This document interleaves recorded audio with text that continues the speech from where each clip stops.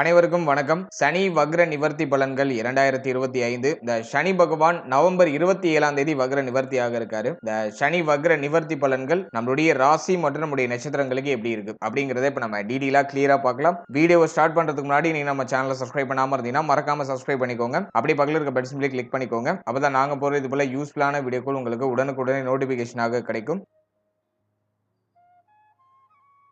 இப்போது காலச்சக்கரத்துக்கு முதலாவது ராசியா வரக்கூடியது மேஷம். மேஷ ராசி மற்றும் மேஷ ராசியுடைய நட்சத்திரங்களான அஸ்வினி, பரணி, கிருத்திகை இந்த நட்சத்திரத்தை சேர்ந்தவர்களுக்கு இந்த சனி வக்ர நிவர்த்தி பலன்கள் எப்படி இருக்கு அப்படிங்கறத இப்ப நம்ம டீடைலா கிளியரா நம்ம பார்க்கலாம். சனி பகவானை பொறுத்த வரைக்கும் நம்முடைய ராசி மற்றும் நம்முடைய நட்சத்திரத்துக்கு 12ஆம் இடத்துல 7.5 சனியில விரை சனியா டிராவல் ஆயிட்டு இருக்காரு. இதனால் வரைக்கும் வக்ரத்துல இருந்தாரு. இந்த 7.5 சனியுடைய தாக்கங்கள்லாம் நமக்கு கம்ப்ளீட்டா கொஞ்சம் விலகி இருந்துச்சு. விரைய சனி எல்லாம் கொஞ்சம் விலகி வக்ர சனியில நமக்கு ஒரு நல்ல மாற்றம் நிகழ்னாலும் பெருசா பிரச்சனைகள் இல்லாம ஓரளவுக்கு ஸ்மூத்தா நகர்ந்துச்சு. இப்போ சனி பகவான் வக்ர நிவர்த்தியாகி விரைய சனியை ரீஸ்டார்ட் பண்றாரு. இது நமக்கு எதன் வகையிலாச்சும் பெருசா பாதிப்பை கொடுத்துருமா அப்படின்னா, குருவுடைய பார்வையில் இந்த சனி பகவான் வரதுனால மேஜரா ட்ரபிள் கொடுத்துட மாட்டாரு. எனவே இந்த விரைய சனி ரீஸ்டார்ட் ஆனாலும் நமக்கு நிறைய நல்ல மாற்றங்கள் நிச்சயமா காத்துட்டு இருக்கு. அதே போல சனி பார்க்கக்கூடிய இடங்களை சர்வநாசம் பண்ணுவார் அப்படிங்கிறது ஒரு விதி. அதன் அடிப்படையில சனி பார்க்கக்கூடிய இடங்களை இந்த நேரத்துல கொஞ்சம் மத்தியமம் படுத்துவார். அந்த பலன்களை அப்படியே கொஞ்சம் டவுன் பண்ணுவாரு. அதன் அடிப்படையில சனி பார்க்கக்கூடிய இடங்களான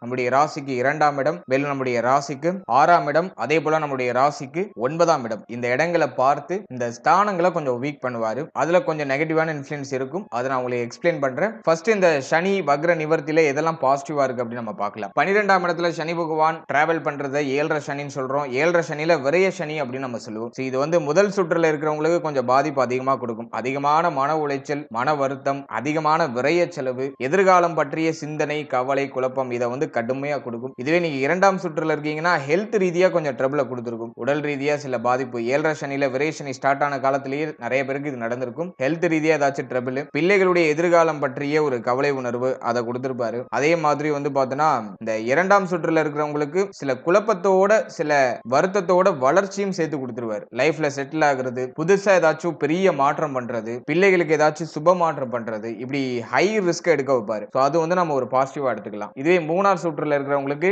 கம்ப்ளீட்டா ஹெல்த் மட்டும் நம்ம எடுத்துக்கிறோம். உடல் ரீதியா கொஞ்சம் அதிக அக்கறை அப்படிங்கிறது நமக்கு தேவை. ஏன்னா அந்த விரைய சனி உடல் ரீதியா பாதிப்பை கொடுத்து அதுல அதிகமான செலவுகளை கொடுப்பாரு.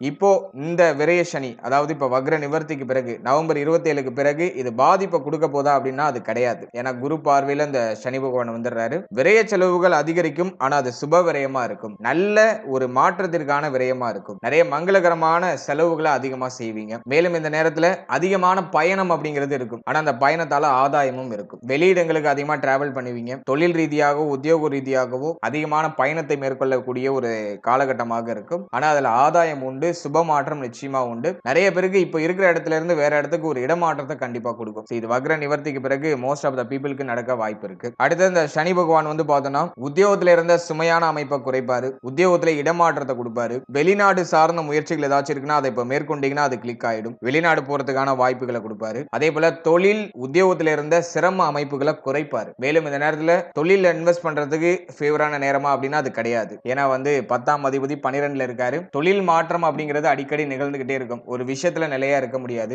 மாற்றம் அப்படிங்கிறது நிகழ்ந்துகிட்டே இருக்கும். எனவே ஹை லெவல்ல போயிட்டு ஒரு தொழில்ல பெரிய அளவுல இன்வெஸ்ட் பண்றது இந்த நேரத்துல அட்வைசபிள் கிடையாது. உங்களுக்கு யோக தசை நடக்குதுன்னா பிரச்சனை இல்ல. உங்களுடைய சுய ஜாதகத்துடைய வலிமையை பொறுத்து உங்களுடைய இன்வெஸ்ட்மெண்ட்டை நீங்க நிர்ணயிக்கணும். 7.5 சனியில இன்வெஸ்ட்மெண்ட்லாம் நாங்க அட்வைஸ் பண்ண மாட்டோம். சோ உங்களுடைய ஜனனகால ஜாதகத்துல நல்ல தசை நடக்குதுன்னா பிரச்சனை இல்ல. சோ அது உங்க குடும்ப ஜோதிடர்கிட்ட ஒரு வாட்டி கன்சல்டேஷன் பண்ணிட்டு அதன் பிறகு நீங்க இன்வெஸ்ட்மெண்ட் பத்தி யோசிங்க. பொதுவா கோச்சார் ரீதியா பார்க்கும்போது இன்வெஸ்ட்மெண்ட் பண்றதுக்கு அந்த அளவுக்கு ஃபேவரான நேரம் இது கிடையாது. மற்றபடி ஆல்ரெடி நீங்க இன்வெஸ்ட் பண்ணிருக்கீங்க, ஒரு பிசினஸ்ல இருக்கீங்க அப்படின்னாக்கா அதுல ஒரு நல்ல மாற்றம் நிச்சயமா உண்டு. நல்ல தன லாபம் கிடைச்சிரும். பொருளாதார ரீதியா ஒரு நல்ல மேன்மையை கொடுத்துரும். ஆசைகள் எண்ணங்களை நிறைவேற்றுறதுக்கான வாய்ப்புகளை கொடுத்துரும். ஏன்னா ராகு 11ல இருக்காரு. எனவே எண்ணங்கள் நிறைவேறும். ரொம்ப நாள் ஆசைகள்லாம் நிறைவேறும். பண வரவு கணிசமா இருக்கும். பொருளாதார ரீதியா இருந்த சிரமங்கள் ஓரளவுக்கு குறையும். எல்லாத்தையும் சமாளிக்கிற பவரை இந்த 11ல இருக்கிற ராகு நமக்கு கொடுத்துருவாரு. குறிப்பா பொருளாதாரம் சார்ந்த சப்போர்ட். எப்படியோ பணத்தை புரட்டி நம்மளுடைய தேவைகளை நம்ம பூர்த்தி பண்ணிப்போம். சோ அந்த அளவுக்கு இது ஒரு பாசிட்டிவான ரிசல்ட்டை கொடுத்துரும். அடுத்தது திருமண முயற்சி, திருமண வாழ்க்கை இதெல்லாம் நம்ம அனலைஸ் பண்ணும்போது இந்த நேரத்துல திருமண முயற்சிகள்ல சில குழப்ப அமைப்புகள் இருக்கும். இருந்தாலும் சில தடை தாமதத்தோட நிறைய பேருக்கு திருமண முயற்சிகள்ல சுப செய்திகள் கிடைச்சிடும். அதுல மாற்று கருத்து இல்ல. குடும்பத்துல மங்களகரமான மாற்றங்கள், மங்களகரமான முன்னேற்றங்கள் அப்படிங்கறதெல்லாம் அந்த நேரத்துல வெளிப்பட ஆரம்பிக்கும். சோ அதையும் நம்ம ஒரு பாசிட்டிவா எடுத்துக்கலாம். குரு வந்து நமக்கு 4ஆம் இடத்துல வந்து உச்சமாகிறாரு. மனக்கவலையை அதிகப்படுத்துவார். ஏதோ ஒரு விஷயத்துக்கு அதிகமா கவலைப்படக்கூடிய ஒரு உணர்வு நிலையை இது கண்டிப்பா கொடுக்கும். அதுல மாற்று கருத்து கிடையாது. எனவே மன ஆரோக்கியத்துல கூடுதலான ஒரு விழிப்புணர்வு கண்டிப்பா தேவை. அதே மாதிரி தாயுடைய சப்போர்ட் இருக்கும். ஆனா தாயாருடைய தேக ஆரோக்கியத்துல இந்த நேரத்துல அக்கறை எடுத்துக்க வேண்டியது அவசியம். தாயாருடைய உடல் ஆரோக்கியம், தாய் சம்பந்தப்பட்ட விஷயம் இதுல எல்லாம் கொஞ்சம் கூடுதல் அக்கறையோடு இருக்கணும். அதே மாதிரி இந்த 4ஆம் இடத்துல இருக்கக்கூடிய குரு பகவான் பயண யோகத்தை கண்டிப்பா கொடுத்துருவார். வெளிநாடு ஏதாச்சும் நீங்க முயற்சி பண்றீங்கன்னா அது இப்போ சிறப்பா கிளிக் ஆயிடும். சொந்த ஊர்ல இப்ப இருக்க முடியாது. சொந்த ஊரை விட்டு வெளியூர் அல்லது வெளிநாடு போறதுக்கான ஒரு வாய்ப்புகளை இந்த கிரக அமைப்பு ஏற்படுத்தி கொடுக்கும். அதிகமா இருந்த அந்த பய உணர்வுகள்லாம் ஓரளவுக்கு குறையும். ஏன்னா 3ல இருந்த குரு பகவான் இப்போ வந்து 4ஆம் இடத்துல வந்து உச்சமாகிறாரு. எனவே கடுபடியா இருந்து வந்து அந்த பய உணர்வு, குழப்ப உணர்வு இதெல்லாம் ஓரளவுக்கு சரியாக ஆரம்பிக்கும். ஓரளவுக்கு ஒரு தெளிவு கிடைச்சிடும். இதுதான் நம்ம ட்ராக், இதுலதான் நம்ம பயணிக்க போறோம் அப்படிங்கிற ஒரு தெளிவை இந்த சனி வக்ர நிவர்த்தி நமக்கு கண்டிப்பா கொடுத்துரும். லாஸ்ட் 1 இயர் நமக்கு வந்து பாத்தீங்கன்னா பொருளாதாரம் சார்ந்த வகையில கடுமையான அனுபவ பாடம் கிடைச்சிருக்கும். கடன் சுமை இருந்திருக்கும். மோஸ்ட் ஆஃப் த பீப்புள் இப்ப கடன் பிரச்சனையிலும் இருப்பாங்க. கடன் சிந்தனை, கடன் சார்ந்த விஷயம், பொருளாதாரம் சார்ந்த விஷயம், உறவுகள் சார்ந்த விஷயம், இது எல்லாத்துலயும் ஒரு கம்ப்ளீட்டா ஒரு புரிதலை கொடுத்திருக்கும். இப்போ நம்முடைய பயணம் அப்படிங்கிறது பொருளாதாரத்தை நோக்கிய ஒரு பயணமா இருக்கும். பணத்தை தேடி இப்ப பயணிச்சுக்கிட்டு இருப்போம். அதுல ஒரு நல்ல மாற்றம், நல்ல வளர்ச்சி, நீங்க யோசிக்கிற மாதிரி செயல்படுத்துறதுக்கான வாய்ப்பு இதெல்லாம் அந்த நேரத்துல சிறப்பான முறையில் கிடைச்சிடும். மேக்சிமம் ஜனவரி வரைக்கும் நமக்கு பிரச்சனைகள் மேஜரா இருக்காது. அடுத்தது நம்ம பாக்குறது ஒரு நெகட்டிவ் சைடு. அதாவது சனி வக்ர நிவர்த்திக்கு பிறகு எதுல ட்ரபிள் கொடுக்க வாய்ப்பு இருக்கு அப்படின்னு நம்ம பார்த்தோம்னா சனியுடைய பார்வை 2ஆம் இடத்துல. குடும்பம் சார்ந்த வகையில கொஞ்சம் சுமை அமைப்புகள் இருக்கும். ஃபேமிலிக்கு அதிகமா செலவாகும். குடும்பத்துடைய தேவைகள் அதிகரிக்கும். குடும்ப உறுப்பினரோட கொஞ்சம் அனுசரிச்சு போய்க்கணும். ஏன்னா அந்த 2ஆம் இடத்துல சனி பார்வை இருக்கிறதுனால ஃபேமிலில அதிகமான வாக்குவாதம் வரதுக்கு வாய்ப்பு உண்டு. இப்போ வந்து தொழில் ரீதியாகவோ உத்தியோக ரீதியாகவோ ஃபேமிலி விட்டு பிரிஞ்சு இருக்க உங்களுக்கு வாய்ப்பு கிடைக்குதுன்னா அதை யூஸ் பண்ணிக்கோங்க. எனவே இந்த நேரத்தை பொறுத்த வரைக்கும் குடும்பத்தில் அக்கறை தேவை. அடுத்தது பேச்சுவார்த்தையில கொஞ்சம் கூடுதல் விழிப்புணர்வோட இருக்கணும். இந்த நேரத்துல நம்மள மீறி சில பேசக்கூடாத வார்த்தைகளை வெளியிடறதுக்குலாம் வாய்ப்பு உண்டு. அல்ல அமைதியை கடைபிடிக்கிறது சிறப்பு. யாருக்கும் வாக்கு கொடுக்காம இருங்க. யாருக்காச்சும் வாக்கு கொடுத்தீங்கன்னா அதை காப்பாத்துறதுல சில சிரம அமைப்புகள்லாம் இருக்கும். மேலும் குடும்ப உறுப்பினர்களோட பேசும்போது குறிப்பா அந்த பொருளாதாரம் சார்ந்த வகையில பேசும்போது ரொம்ப கவனமா இருக்கணும். இந்த நேரத்துல பொருளாதாரம் சார்ந்த வாக்குவாதம் ஃபேமிலிக்குள்ள அதிகமா இருக்க வாய்ப்பு உண்டு. குடும்ப உறுப்பினர்களுக்கு இடையே கொடுத்தல் வாங்கல்லாம் இல்லாம இருக்கிறது நல்லது. இதெல்லாம் நம்ம இந்த நேரத்துல கொஞ்சம் பராமரிச்சுக்கணும். மேலும் ரொம்ப வயதானவர்களா இருக்கீங்கன்னா, அதாவது வந்து சீனியர் சிட்டிசன்ஸா இருக்கீங்கன்னா உங்களுடைய நேத்திரம், உங்களுடைய கண்கள் சம்பந்தப்பட்ட விஷயங்களை கவனமா இருந்துக்கணும். நேரத்துல நிறைய பேருக்கு வந்து கண் சார்ந்த வகையில சில பாதிப்புகள், அது சார்ந்த வகையில சில விரைய செலவுகள்லாம் ஏற்பட வாய்ப்புகள் உண்டு. அடுத்தது சனி பகவானுடைய சம சப்தம பார்வை நம்முடைய ராசி மற்றும் நம்முடைய நட்சத்திரத்துக்கு 6ஆம் இடத்துல பதியும். இதை வந்து ருணரோக சத்ருஸ்தானம் சொல்லுவோம். இதுல சனி பார்வை பதிகிறது அந்த அளவுக்கு சிறப்பு கிடையாது. இருப்பினும் கடன் சார்ந்த நெருக்கடி இருந்தாலும் அந்த கடனை கட்டி முடிக்கணும் அப்படிங்கிற அந்த ஒரு உறுதி மனப்பான்மைக்கு வந்துருவீங்க. கடன் பிரச்சனையை நம்ம கம்ப்ளீட் பண்ணிடணும், கடனை வந்து கம்ப்ளீட்டா கட்டி முடிச்சிடணும் அப்படிங்கிற ஒரு உத்வேகம் பிறக்கும். எனவே கடனை அடைக்கிறதுக்கான முயற்சிகளை செய்வீங்க. சோ அது நம்ம ஒரு பாசிட்டிவா எடுத்துக்கலாம். ஒரு சிலருக்கு கடன் சார்ந்த சிந்தனை வரும். கடன் வாங்கி அந்த மாற்றம் பண்ணுவோமா, இந்த மாற்றம் பண்ணுவோமா யோசிப்போம். அதே போல இந்த நேரத்தை பொறுத்த வரைக்கும் கொடுத்தல் வாங்கல் சார்ந்த விஷயங்கள கவனமா இருக்கணும். யாருக்காச்சும் பண உதவி பண்ணீங்கன்னா அது திரும்ப கைக்கு வரதுக்கு ரொம்ப டிலே ஆகும். இல்ல யாருக்கும் கடன் உதவி எல்லாம் பண்ணி எதுலயும் மாட்டிக்க வேண்டாம். எனவே இந்த கொடுத்தல் வாங்கல் சார்ந்த விஷயங்கள கவனமா இருந்துக்கணும். அடுத்து உங்களுடைய உடல் ஆரோக்கியத்துல கொஞ்சம் கூடுதல் விழிப்புணர்வோட இருந்துக்கணும். ஏன்னா வந்து ருணரோக சத்ருஸ்தானத்தை சனி பகவான் பார்த்துடுறாரு. எனவே இந்த நேரத்துல கொடுத்தல் வாங்கல், உங்களுடைய உடல் ஆரோக்கியம் சார்ந்த விஷயம் இதுல எல்லாம் கொஞ்சம் கூடுதல் விழிப்புணர்வு அக்கறை கண்டிப்பா தேவை. இந்த நேரத்துல உங்களை அலட்டிக்கிட்டு வேலை பார்ப்பீங்க. அதே மாதிரி உத்தியோகத்துல கொஞ்சம் சுமை அமைப்பு இருக்கும். அதுல மாற்று கருத்து இல்ல. ஏன்னா அந்த 6ஆம் இடத்தை உத்தியோகஸ்தானம் சொல்லுவோம். இதுல சனி பார்வை பதியும் போது உத்தியோகத்துல சில சிரம அமைப்பு இருக்கும். நம்ம உழைக்கிற உழைப்புக்கான ஊதியம் கிடைக்கலையே அப்படிங்கிற மாதிரியான ஒரு விரக்தி மனப்பான்மை இருக்கும். சம்பள உயர்வு, பதவி உயர்வு இதை எதிர்பார்ப்போம். இது சார்ந்த சிந்தனைகள் அந்த நேரத்தில் அதிகமா போகும். கொஞ்சம் தாமதப்பட்டு கிடைக்கும், ஆனா கிடைக்கும், கவலைப்பட வேண்டாம். 7.5 சனி நடக்கிறதுனால கொஞ்சம் எக்ஸ்பீரியன்ஸ் அதிகமா கொடுத்து கொஞ்சம் தாமதப்பட்டு கொஞ்சம் தடைப்பட்டு அது கிடைக்கும். ஆனா சுபத்துவமா அது கிடைச்சிடும். எனவே உத்தியோக ரீதியா சில சிரம அமைப்புகள் இருந்தாலும் அதை நம்ம சமாளிச்சு முன்னேறிடுவோம். அதே போல வந்து கடன் சுமையை குறைச்சிருவோம். மேலும் ஹெல்த்ல கொஞ்சம் கேர் எடுத்துக்கணும். புதுசா கடன் வாங்குறீங்க அல்லது கடன் கொடுக்குறீங்கன்னா கவனம் தேவை. அதே போல தேவையில்லாத பிரச்சனை வீடு தேடி வரதுக்கு வாய்ப்பு இருக்கு. அல்ல நமக்கு சம்பந்தம் இல்லாத விஷயங்களை நம்ம மூக்க நுழைக்காம இருக்கிறது நல்லது. நம்ம இப்ப அமைதியாவே இருந்தாலும் நம்மள பிரச்சனைக்கு இழுக்கிறதுக்காகவே நம்மள வீடு தேடி சில பேர் வருவாங்க. சோ அதெல்லாம் நம்ம வந்து நம்மளுடைய புத்தி சாதுரியத்தை பயன்படுத்தி கொஞ்சம் கட் பண்ணிக்கிறது நல்லது. அடுத்தது சனி பகவானுடைய 10வது பார்வை நம்முடைய ராசி நம்முடைய நட்சத்திரத்துக்கு 9ஆம் இடத்துல பதியும். பாகிய ஸ்தானத்துல சனி பார்வை பதியும் போது வீட்டுல இருக்க தங்க அணிகலன்கள் குறையும். வீட்டுல இருக்க தங்க அணிகலன்கள்லாம் அடகுக்கு போகும் அல்லது ஆல்ரெடி அடகுல இருக்கலாம். தங்கம் சார்ந்த வகையில சில நெருக்கடி அமைப்பு வரும். அதாவது வந்து இந்த நகையை மீட்டு எடுக்கணும் அப்படிங்கிற மாதிரியான சில நெருக்கடி அமைப்புகள் வர வாய்ப்பு உண்டு. ஆகவே தங்கம் சார்ந்த விஷயங்கள கவனம் தேவை. அதே மாதிரி தங்க அணிகலன்கள் இருக்குன்னா அது தொலைஞ்சு போறதுக்கான வாய்ப்பு உண்டு. அதுல தங்க அணிகலன்கள் சார்ந்த விஷயங்கள கொஞ்சம் கூடுதல் அக்கறையோட கேர்லெஸ் இல்லாம கொஞ்சம் கேர்ஃபுல்லா இருக்கணும். ஏதாச்சும் திருட்டு போறது அல்லது தொலைஞ்சு போறது, சின்ன பொருளா இருக்குன்னா ஏதாச்சும் கீழே போட்டுருவோம், அதை திரும்ப தேடி எடுக்கிறதுலாம் ரொம்ப சிரமமா இருக்கும். ஸோ அதுல எல்லாம் நம்ம கொஞ்சம் விழிப்புணர்வோட இருந்துக்கணும். அதே போல இந்த நேரத்துல யாருக்கும் தங்கத்தை இரவலா கொடுக்காதீங்க. சில பேர்லாம் வந்து இன்னொருத்தவங்க வீட்டு பொருளை வந்து வாங்கி ஏதோ ஒரு ஃபங்க்ஷனுக்காக அணிஞ்சிட்டுலாம் போவாங்க. ஸோ உங்களுக்கு 7.5 சனியில நீங்க மேஷமா இருக்கீங்கன்னா மற்றவங்க பொருளையும் வாங்காதீங்க, உங்க பொருளையும் மற்றவங்களுக்கு கொடுக்காதீங்க. அதுல ஏதாச்சும் ஒரு சில வில்லங்க அமைப்புகள் ஏற்பட வாய்ப்புகள் உண்டு. அது ஃபேமிலி மெம்பர்ஸாவே இருந்தாலும் சரி, கொஞ்சம் அவாய்ட் பண்ணிக்கிறது நல்லது. அடுத்தது வந்து பாகியஸ்தானத்துல சனி பார்வை பதியும் போது தந்தை சார்ந்த விஷயங்கள சில குழப்ப அமைப்புகள் ஏற்படும். தந்தையாருடைய தேக ஆரோக்கியம், தந்தை சம்பந்தப்பட்ட என்டையர் விஷயத்திலே கொஞ்சம் அக்கறையோடு இருந்துக்கணும். தந்தையுடைய உறவு நிலையில சில விரிசல் அமைப்புகள் ஏற்பட வாய்ப்புகள் உண்டு. எனவே தந்தையுடைய உறவு நிலை, அவருடைய தேக ஆரோக்கியம், தந்தை வழி உறவுகள், இவங்க சம்பந்தப்பட்ட அனைத்து விஷயத்திலையும் கொஞ்சம் கவனமா இருக்கணும். தந்தை அல்லது தந்தை சார்ந்த உறவுகள் சார்ந்த விஷயங்கள்ல சில மன வருத்தங்கள் ஏற்படலாம். ஸோ அதெல்லாம் நம்ம கொஞ்சம் அக்கறையோடு இருந்துக்கணும்.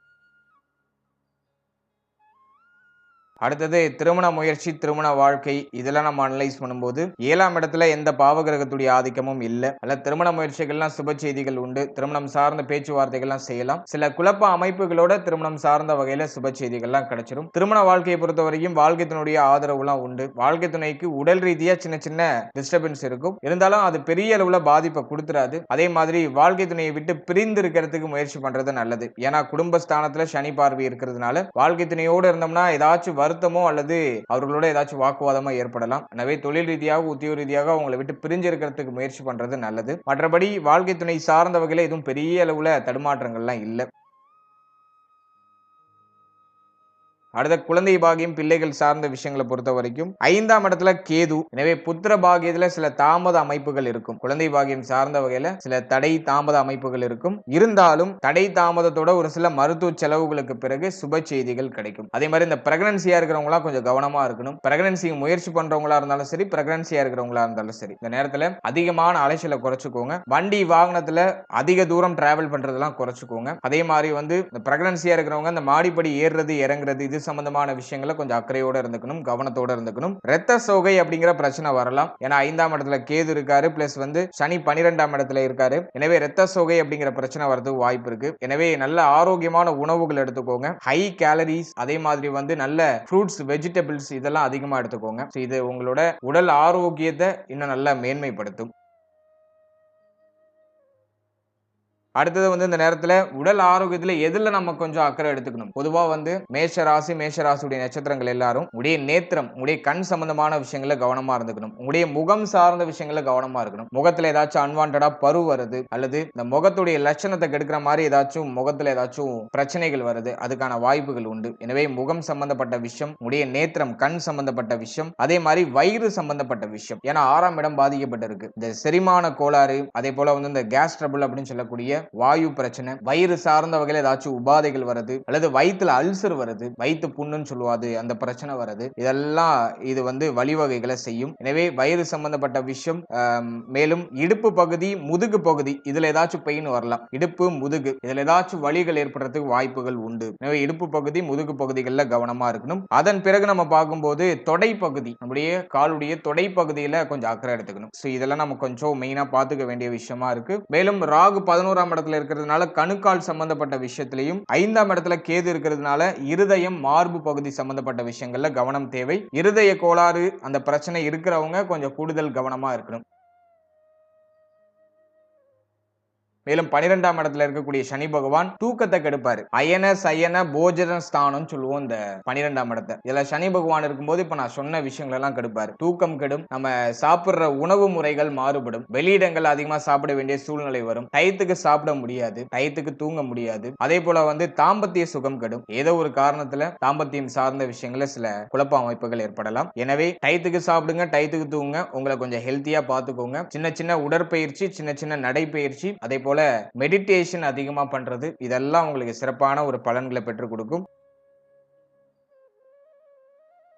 அதே மாதிரி குழந்தை பாக்கியத்துல அதிகமான பிரச்சனைகள் ஏதாச்சும் இருக்கு, குழந்தை பாக்கியத்துல அதிகமான தாமத அமைப்புகள் இருக்குன்னா விநாயகர் வழிபாடு அதிகமா பண்ணுங்க. அதே மாதிரி இந்த நேரத்துல பிள்ளையார்பட்டி போயிட்டு வரதுக்கு வாய்ப்பு கிடைச்சா அதுக்கு ஒரு வாட்டி போயிட்டு வந்துருங்க. சோ அது உங்களுக்கு ஒரு மேன்மையை கொடுக்கும். தடை அமைப்புகள், தாமத அமைப்புகளை நமக்கு விலக்கி கொடுக்கும். அதே போல காதல் உறவு, பூர்வீகம் சம்பந்தப்பட்ட விஷயம், இதுல எல்லாம் ஏதாச்சும் குழப்ப அமைப்புகள் ஏற்படலாம். காதல் உறவு சார்ந்த வகையில ஏதாச்சும் மன வருத்த அமைப்புகள் இருந்துச்சுன்னா, குழப்ப அமைப்புகள் இருந்துச்சுன்னா விநாயகர் வழிபாடு தொடர்ந்து செய்யும் பொழுது அதுல சுப செய்திகள் உண்டாகும். மேலும் இந்த நேரத்துல ஆஞ்சநேயர் வழிபாடு, 7.5 சனி நடக்கிறதுனால ஆஞ்சநேயர் வழிபாடு சனிக்கிழமை தோறும் பண்ணுங்க. சனிக்கிழமை ஆஞ்சநேயர் ஸ்தலத்துக்கு போயிட்டு ஆஞ்சநேயர் வழிபட்டு வர்றது சிறப்பு. தான தர்மங்கள் அதிகமா பண்றதுக்கு முயற்சி பண்ணுங்க. ரொம்ப முக்கியமான பாயிண்ட். நீங்க இறைவனை வழிபட்டாலும் சரி, வழிபடலனாலும் சரி, தான தர்மங்கள் அதிகமா பண்ணுங்க. ஏன்னா அந்த 7.5 சனியுடைய தாக்கத்தை கம்ப்ளீட்டா குறைக்கணும்னா தான தர்மம் பண்றது, அதே மாதிரி மாற்றுத்திறனாளிகள் என்று சொல்லக்கூடிய தன்னுடைய செயல்பாடுகளை செய்து கொள்ள இயலாதவர்களுக்கு உதவி செய்யறது, ஏழை எளிய மக்களுக்கு உங்களால முடிஞ்ச உதவி ரொம்ப அதிகமா பண்ணணும்னு எந்த அவசியமும் கிடையாது. ஏன்னா இப்போ இருக்கிற நிலைமையில நமக்கே ஒரு 4 பேர் உதவி பண்ணா நல்லா இருக்கும் தான் தோணும். ஆனா இதையும் தாண்டி உதவி செய்யும் பொழுது, நமக்கு இருக்கிற பிரச்சனையெல்லாம் மறந்து நம்ம மனதார உதவி செய்யும் பொழுது நமக்கு தேவையானது, நம்ம ஆசைப்படுற விஷயம் கம்ப்ளீட்டா நமக்கு கிடைச்சிரும். இது ஏதோ ஒரு மேஜிக் மாதிரி இருக்கும், ஆனா அது ஒர்க் ஆகுது. சோ இது அனுபவ ரீதியான உண்மை, நிறைய பேர் உணர்ந்து என்னிடம் கூறிய ஒரு உண்மை. எனவே தான தர்மங்கள் அதிகமா செய்யுங்க. அதே போல உணவு தானம் கொடுக்கக்கூடிய இடங்கள்ல நீங்க போய் பங்கெடுத்துக்கிறது சிறப்பு. இந்த கோவில் அன்னதானம் போடுவாங்க, அதுல நீங்க போய் பங்கெடுத்துக்கலாம். நீங்க போய் சாப்பாடு பரிமாறலாம், உதவி பண்ணலாம். உங்களால செய்ய முடியலனாலும் அந்த செய்யக்கூடியவர்களுக்கு உதவி செய்யறது, சோ அதுக்கு ஒரு நல்ல ரிசல்ட் இந்த அமைப்புகள்லாம் கொடுக்குது. எனவே உங்களால முடியலன்னா போய் உதவி செய்யுங்க. உங்களால முடியும்னா ஒரு 5ல இருந்து ஒரு 6 பேருக்கு உணவு தானம் பண்ணுங்க. அன்னதானம் பண்றதுக்கு வாய்ப்பு இருந்தா அதுவும் பண்ணுங்க. குலதெய்வ வழிபாடு மேற்கொள்ளுங்க. சோ இதெல்லாம் சிறப்பான வளர்ச்சியை கொடுக்கும். முக்கியமா சனிக்கிழமையில விரதம் இருக்கிறது நல்லது. சனிக்கிழமையில ஆஞ்சநேயர் வழிபாடு சிறப்பு. இது முக்கியமான விஷயம். இதை நீங்க வழிபட்டு வரும்போது நல்ல மாற்றம் நிச்சயமா இருக்கும். அதே மாதிரி நல்ல மெடிடேஷன் பண்ணுங்க. மெடிடேஷன் பண்றது ஒரு உன்னதமான அமைப்பு. திருச்செந்தூர் போறதுக்கு வாய்ப்பு கிடைச்சதுன்னா திருச்செந்தூர் போயிட்டு முருக பகவானை வழிபட்டு வரலாம். சோ அதுவும் நமக்கு ஒரு நல்ல மேன்மையை கொடுக்கும். இதெல்லாம் நம்ம பண்ணும்போது இந்த 7.5 சனியுடைய தாக்கங்கள் நம்மளுக்கு கம்ப்ளீட்டா குறைய ஆரம்பிக்கும். நிறைய பாசிட்டிவ் எனர்ஜி, பாசிட்டிவ் ஆராஸ் நமக்கு நிறைய அப்சர்வ் ஆக ஆரம்பிக்கும். நல்ல முன்னேற்றம், நல்ல சிந்தனை தெளிவு நமக்கு கிடைச்சிடும். இதை ஃபாலோ பண்ணுங்க. நான் சொல்லியிருக்க சின்ன சின்ன விஷயங்கள்ல அக்கறை செலுத்திக்கோங்க. மற்றபடி இந்த நேரம் குரு பார்வையில சனி பகவான் இருக்கிறதுனால மேஜரா நமக்கு ட்ரபிள கொடுத்துறாது. ஒரு சுப வளர்ச்சி இருக்கும். கொஞ்சம் பிரஷரோட அந்த சுப வளர்ச்சி நமக்கு நடக்கும். அவ்வளவுதான் டிஃபரெண்ட். வாழ்த்துக்கள். இப்போ நீங்க இது வரைக்கும் பார்த்த பலன்கள் எல்லாமே ஒரு பொதுவான கோச்சார பலன்கள் தான். இது கோச்சார கிரக நிலைகளை வச்சு உங்களுக்கு கணிக்கப்பட்டு சொல்லப்பட்டிருக்கக்கூடிய ஒரு பொது பலன். இது உங்களுடைய ஜனனகால ஜாதகத்தில் இருக்கக்கூடிய கிரக நிலைகள், மேலும் உங்களுக்கு நடக்கக்கூடிய தசா புக்தி அந்தரம், இதன் அடிப்படையில சில மாற்றங்களை சந்திக்கும். பொதுவா யோக தசை நடக்குதுனாக்கா, இப்போ இதுல நான் சொல்லியிருக்கக்கூடிய இந்த நெகட்டிவான இன்ஃப்ளூயன்ஸ் பெரிய அளவுல உங்களை தாக்காது, பெரிய அளவுல உங்களுக்கு பாதிப்புகளை கொடுக்காது. இதுவே அவயோக தசை நடக்குதுன்னா, இப்ப நான் சொல்லியிருக்க நெகட்டிவான இன்ஃப்ளூயன்ஸ் கொஞ்சம் அதிகமா இருக்கிற மாதிரி ஃபீல் ஆகும். உங்களுடைய ஜனனகால ஜாதகத்துல என்ன தசா புக்தி அந்தரம் போயிட்டு இருக்கு, அது உங்களுக்கு ஃபேவரா அன்ஃபேவரா அப்படிங்கறத ஃபர்ஸ்ட் உங்களுடைய குடும்ப ஜோதிடத்தை ஒரு கிளாரிஃபை பண்ணிட்டு அதன் பிறகு இந்த கோச்சாரத்தை நீங்க சூப்பர் கம்போஸ் பண்ணும்போது உங்களுக்கு ஒரு கிளாரிட்டி தெளிவா கிடைச்சிடும். மேலும் நம்மளுடைய சேனல்ல இதுக்கு முன்னாடி நவ கிரகங்களுக்கு உள்ள 12 பாவகத்தில் அமர்ந்த பலன்கள் அப்படின்னு சொல்லிட்டு ஒரு காம்பினேஷன்ல உடைய ஜனனகால ஜாதகத்தை ஆய்வு செய்யற விதமா ஒரு பொது பலன் கொடுத்திருக்கும். சோ அது ஆல்ரெடி ஒரு சக்சஸ்ஃபுல்லா ரன் ஆயிட்டு இருக்கு. சோ அந்த வீடியோக்கான லிங்க் நான் டிஸ்கிரிப்ஷன்ல கொடுத்திருக்கேன். உங்களுக்கு டைம் இருக்கும்போது அதையும் ஒரு வாட்டி செக் பண்ணி பாருங்க. சூரியன், சந்திரன், குஜாதி ஐவர்கள் என்று சொல்லக்கூடிய குரு, சுக்கிரன், சனி, புதன், செவ்வாய், மேலும் ராகு, கேது, இந்த கிரகங்கள் எல்லாத்துக்கும் உங்களுடைய ஜனனகால ஜாதகத்துல 12 பாவகத்துல எங்க இருக்கிறது யோகம், எங்க இருக்கிறது அவயோகம் அப்படிங்கிற மாதிரி ஒரு காம்பினேஷன்ல ஒரு ப்ரிப்பரேஷன், ஒரு சின்ன கிளாரிட்டி, ஒரு பொது பலனா நான் கொடுத்திருக்கேன். சோ அந்த வீடியோக்கான லிங்க் டிஸ்கிரிப்ஷன்ல இருக்கு. டைம் இருக்கும்போது அதை ஒரு வாட்டி செக் பண்ணி பாருங்க. அதன் மூலமா உங்களுக்கு ஒரு சின்ன கிளாரிட்டி கிடைக்கும். மேலும் 12 ராசி, 12 லக்னம், 27 நட்சத்திரத்துக்கான